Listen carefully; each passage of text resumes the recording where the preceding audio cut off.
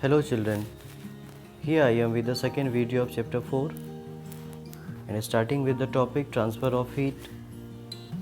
Transfer of heat means to carry heat energy from one part to another, and mainly there are three methods of transfer of heat.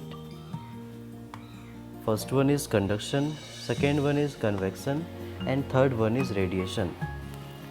Heat is transferred with three methods and generally from high temperature to the low temperature, and the methods are conduction, convection and radiation.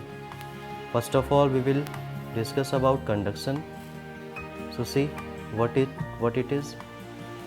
Conduction, the transfer of heat in solids from high temperature to the low temperature is called conduction. Students, mainly there are three states of matter: solid, liquid and gas. So whenever heat is transferred from high temperature to the low temperature in solids, then the method of transfer of heat is called conduction.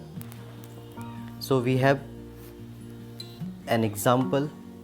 If we dip a steel spoon in a cup of hot milk, we find that the temperature of a spoon rises up and it becomes hot by the process of conduction. जब हम एक steel spoon को गर्म दूध के cup में डालते हैं तो कुछ समय के बाद वो पूरा स्पून, होल स्पून पूरी तरीके से गर्म हो जाता है. इसके पीछे हीट के ट्रांसफ़र होने के जिस मेथड का यूज़ होता है वो कंडक्शन है. So from conduction we have two words, conductor and insulators. So what is meant by conductor? Such materials through which heat can pass easily is called a conductor, like iron, steel, aluminium, copper, etc. Students, वो सारे materials जो heat को easily absorb कर सकते हैं या emit कर सकते हैं, जिसमें heat का आना और जाना आसान होता है, वो कंडक्टर्स कहलाता है. We have examples of it like iron, steel, aluminium, copper, etc. Other one is insulator. Such materials through which heat cannot pass easily is called an insulator. Examples are paper, air, cotton, plastic, etc. Students, insulators हमेशा heat के flow का oppose करता है. वो heat को propagate easily आगे बढ़ने नहीं देता है किसी भी सब्सटेंस में, जिसके कारण वो ऑब्जेक्ट आसानी से गर्म नहीं हो पाता है. तो इंसुलेटर्स जनरली